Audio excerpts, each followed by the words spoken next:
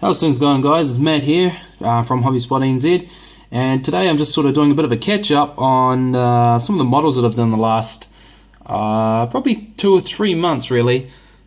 Just sort of doing an update for you guys on what's been going on and how the painting's been going, things like that. And I've got a lot of models to show you, really.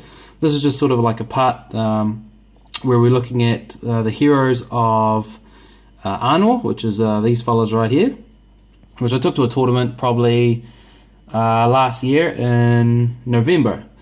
So I did a lot of work on these guys. It probably took me from October to November to complete about 50 models in total. There's 36 troops, heroes, and then some archers as well.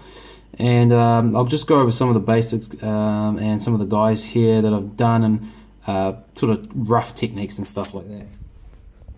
So here we have a non-Lord of the Rings miniature, and the reason was I had ordered Arvendui, the Arnor King, and he sort of hadn't arrived, so I thought that I would just get my own. And I found this fella who was a part of a saga collection, and he was about the right scale, so I thought, you know, he'd make a great king. So basically he's just got the green cloth, which I stuck with. I went a bit more fluorescent than what's on the GW store for their paint scheme. He's just got the old chainmail, he's got the golden crown there, and he's just got your basic kind of sword. And I thought he kind of fit the bill a little bit, you know, better than most models. There was probably the wraiths in human form, which I thought would be quite cool too, to have one of the last kings, I think they're called. And I think one of those would be quite cool too, but this one just sort of done for the meantime, and he was quite fun to play with too. His special abilities is he gives you the 12-inch courage stand fast, which is quite good when you're with Arnor, with their courage sort of deficiency. So we'll move on. This is generic captain number 1, and you'll notice again that he is nothing like the captain model that you can get. Mainly because I converted this entire model, really.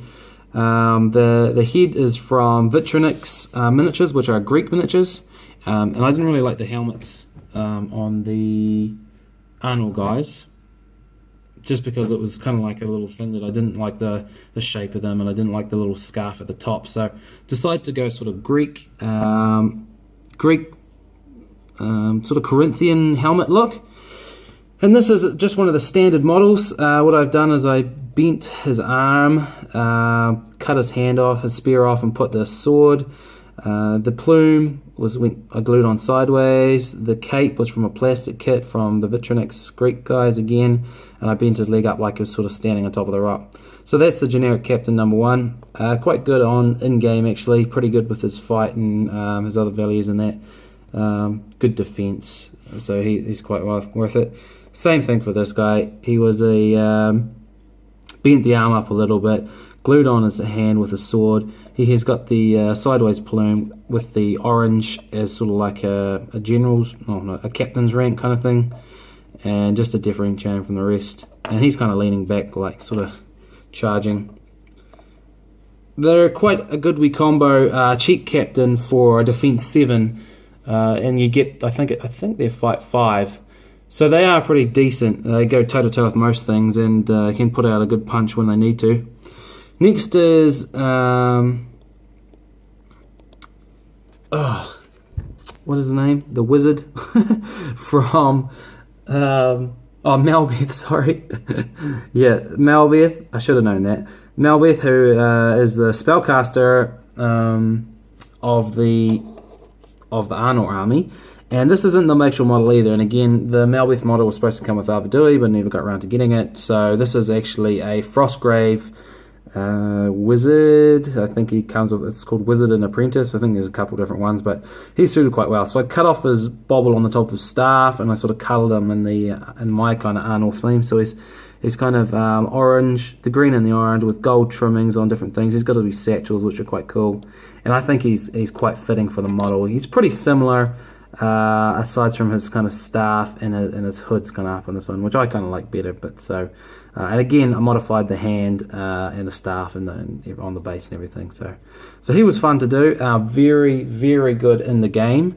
If you're ever going to take Arnor, take this guy, because he is honestly saved.